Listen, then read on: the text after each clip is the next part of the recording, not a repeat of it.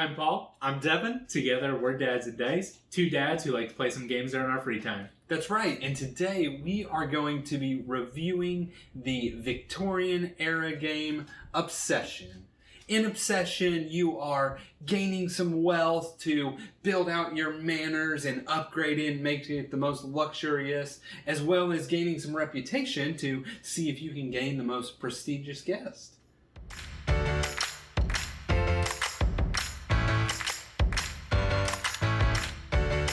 We'll just go ahead right off the bat. I think this game has probably done the best job of implementing a theme within a game. The entire time that I'm playing the game, I feel like I am going through this entire story, right? You start off as this family. For example, in the playthrough that we went through, the Ponsonbys, they're one of the wealthy families, so they start off with money. The family that you had, they had an extra butler.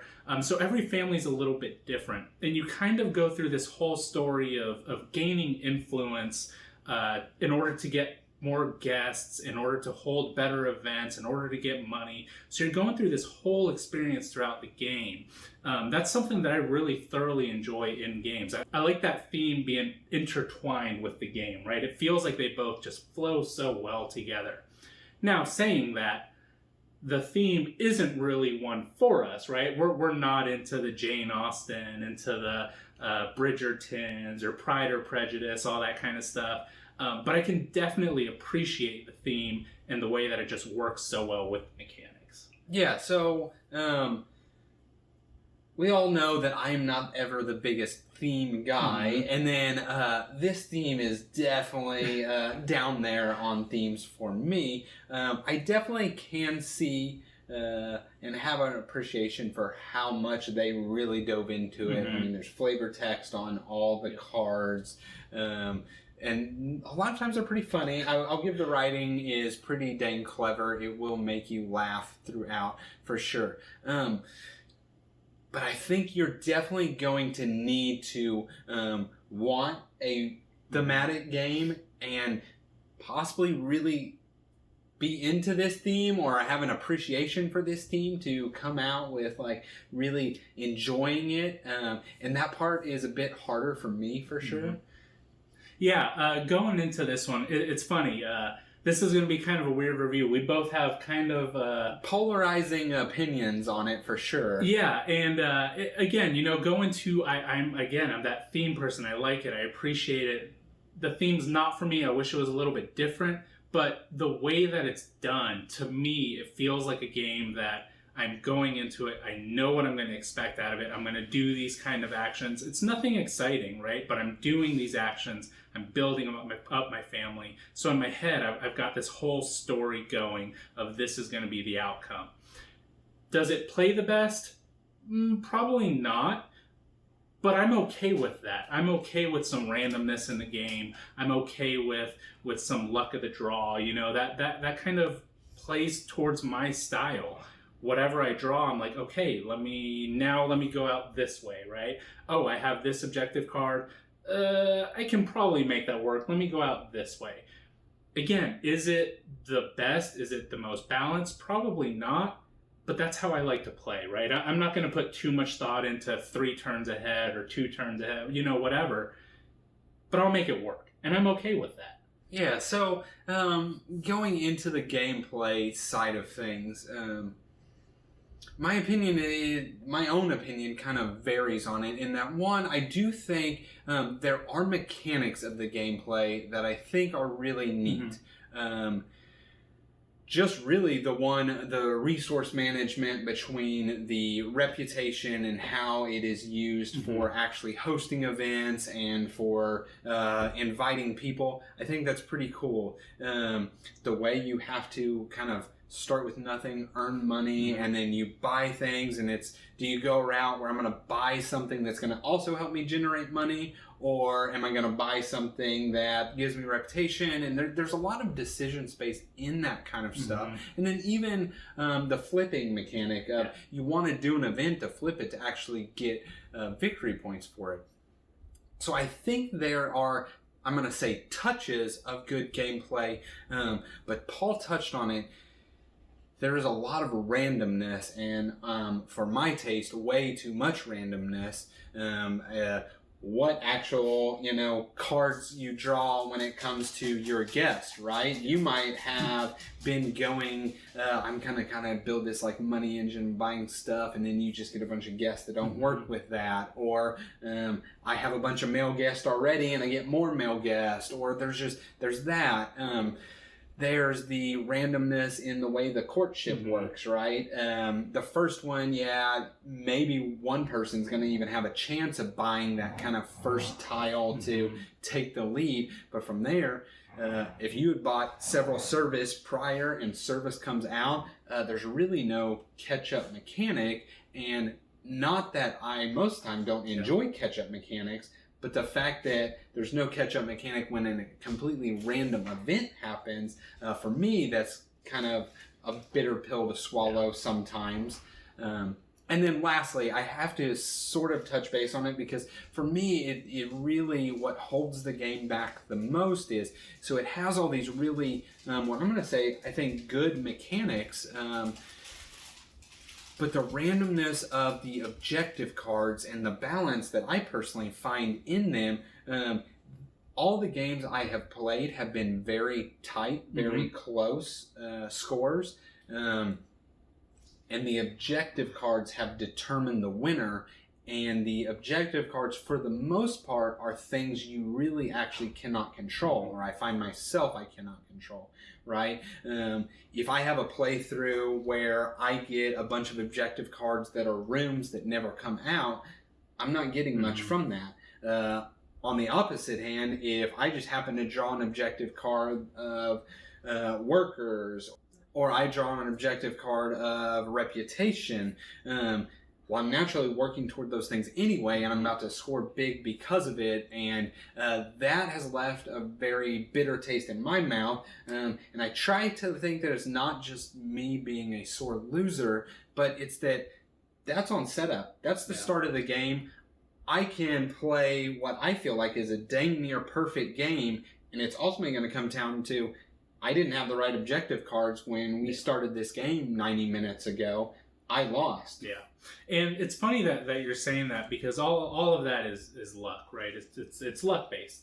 But we've played a couple other push your luck games, right? Can't Stop, Ink and Gold, all these other ones. And you have the same feeling about those, right? So I don't think this game is necessarily a push your luck game, but it kind of feels that way to a little bit, right? Like, let's say you get that 3 rooms and they never come out, right? Maybe you've got one and you're just holding on. You're just like, well, maybe, right? It might lead more, it might lend more to people that are a little bit more risk adverse. Like, hey, you know what? Let's just try it. Let's just see what happens. It might come out, it might not. If it does, awesome. I just hit big. But if it doesn't, feels bad. Like it's still gonna feel bad. And yeah, I think you nailed it on the head with like the Can't Stops, the push your luck games. I do not enjoy those games, and you're right. I do not feel this because for me, I consider myself a relatively strategic player, and I can't get over the fact that for the entire game I'm sitting there with these objective cards that I can't do. Yeah. Or on the opposite hand, I've been on this side where I have objective cards that I realize are relatively easy to do, and I'm about to score big, and I have taken the victory that way, right? And that also doesn't feel rewarding, right? It really didn't have to do with anything of how I played. It was just you had the ones that didn't score, didn't come out, didn't whatever. And I've actually personally never really seen the really big ones come out and happen. But I can imagine myself personally being pretty tilted if somebody scores 17 points because they just happened to get that, and in the first couple rounds, as tiles refresh, those are out there, right? That in my mind would really upset me. So I don't know. It's just it's a little fact I can't get over. It really breaks a lot of the game for me because of that. Yeah, and it sounds like all there seems like to be a bunch of negatives coming from over here, right? And I think that's more of just a personal, right? That's your gameplay. Yeah, it's just the way, if you're a type of person like me, you got to kind of know that going in. I'll say, my first playthrough of it, I did not know that. And so I think maybe I started off on the wrong foot because of that, but just a fair warning on that side. And I will say, it's not my all-time favorite game, right? Like, I think it could be a great game for me, but the theme is kind of holding it back for me. I really, really appreciate, again, the integration of it, the whole storytelling aspect, the whole thing of it. If it was something else, I would definitely be more involved in it. I think it's a good game. Again, you have to go into it with that kind of push your luck mechanic. It's not always going to be the best player that wins.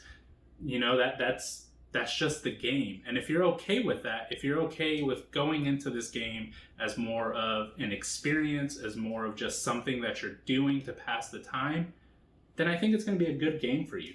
If you're going into it with a very set mindset of, this is exactly what I'm going to do this game, I'm going to get this objective, I'm going to get that, I'm going to get this, probably not going to have a good time, right? So I really do think if that is kind of your play style, the kind of just go out and see what happens, I think the game's for you. If you're one of those people that, like Devin, right, you really want to plan, you want to do this, you don't want that randomness, you don't want to feel like the objective cards are hindering you, which, I mean, they are. They're, you know, there's some that are definitely better than others. But, you know, I think you have to go into it just knowing what kind of gamer you are, and that will determine if you like the game or not. Yeah. Now, moving on from the gameplay aspect, components-wise, I'm going to put it at kind of not just components, but what you get in the box. Mm-hmm. Components, I'm going to say, are pretty standard-ish components, right? Yeah. And they're good. Good player boards, good cardboard for the tiles, you know, fun meeple people. Nothing that's, like, never seen before, but it's all good components. But the amount of stuff you get in the box is... it is an incredible value from that aspect of things. And there's honestly, and I wish I could like the game more to really explore it, but there's so many variants and just additions and little promo packs that you add these tiles or you add these cards, or, you know, they've got some expansions that add different workers and do different things that way.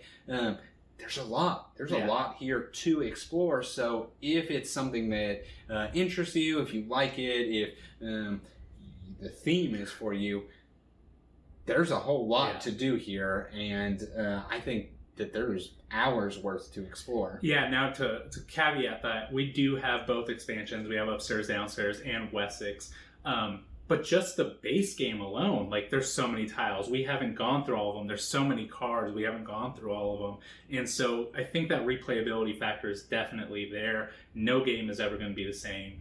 But yeah, I agree. Like, the meeples, they're just your generic meeples, whatever. But again, going back to that theme, they kind of have like that butler look or the little housemaid. Like, it's just little fun things here and there that's just something that you appreciate a little bit extra that went into the game. Yeah. I'm curious what your thoughts are on, let's go with like gameplay length of this. So I've gotten to play this one solo. I've gotten to play this one on BGA. You're actually the first person that I've played it in person with, 2-player. And I knew going in with you, you're obviously going to take your time a lot more. But our gameplay this time, that one was a lot longer than what I've had before. Generally, I was getting about the 90-minute mark, you know, solo on BGA without setup, without all the, you know, upkeep. I was getting about 50 minutes to an hour. But that was just kind of that. Again, I'm not one to really think about my turns all the way through. I go really quickly. So for me, it's been anywhere between an hour to 90 minutes or so. So yeah, I'm curious because I've only played it 2-player, playing it with Paul, playing it with my wife, and all my games have hit about 2 hours. And it's an interesting length, but I think really one of the things that I find hard is the setup is incredible. There's a whole lot to set up with this game because you have so many tiles and stuff that it's almost like, I don't know if I want the game to be longer, if I want the game to be shorter. I'm not quite sure, but I know that, man, I feel like setup to gameplay is not quite balanced, and there's some weird nuances with setup. You have a deck of starter cards that you have to sort through separately to deal out, to then just mix into a main deck, which then at the end of the game you're going to have to sort back out, and it's like... in a way, it should have just been like, let's just not play. Those are the starter ones. If you don't get it, yeah, you could have streamlined that. So I don't know. It's just and it takes up, with just 2 players, I think, a decent amount of space when you consider that the main board's fairly long, and you end up building out, let's call it 4 rows deep, and that's not even if you play with the additional stripped flavor type of thing. So I don't know. There's a lot to set up there for sure. No, I agree with that. I don't think I would play this game with more than 2 in person. And that's kind of what I was getting at with all of my plays have been about 2 hours, and if you say your play was 90 minutes solo, right? That I would say that probably tracks, because you're doing most of the game and then you're just adding another person. So I also don't know that I would play with somebody else, because honestly, I would bet it probably adds another 30, 45 minutes per player. And there's really nothing you are doing differently on the other player's turn, right? And if you have a turn where you pass and the other player, they really are thinking about their turn, and then you are like, well, I'm passing, reclaim, get my 200, and then it's back to me again. Right. Now let me sit here, and now you haven't thought at all, so now I'm going to really sit here and wait. I don't know that I could do that with more players for sure. Yeah, and I don't think even adding more players, because there's not a ton of player interaction in the game, right? There is one tile, it's the hiring the servants tile. When you flip that, instead of hiring 2 servants from the pool, you can hire one from an opponent. So I think that's really the only player interaction tile. And the courtship. The courtship, for sure. But I mean, other than that, right? Like it's not going to add too much more to have other players. So I think it's one that I would stick to solo or 2 player for sure. So that is kind of our thoughts from Obsession. As you can tell, very vastly different thoughts. For me, definitely not a keeper game, not one that I truly enjoy, and I think I hope really my goal is to give, if you're my type of person, right, to kind of give you a thought and idea, of what it's like. But that's not to say it's bad. It's a highly rated game. Paul really enjoys the game, right? So I just want that differing kind of opinion to be in there, for sure. And then kind of going back to me, right? Like I honestly think this game suits my play style. It really does. I really do enjoy the game. I enjoy the mechanics. I enjoy just everything about it. It's a great game. It's one that I will continue to play. Yeah, so that is Obsession. As always, please like, comment, subscribe. All those things help us. They really do help our channel grow, and we appreciate it. Other than that, we'll see you on the next one. Later.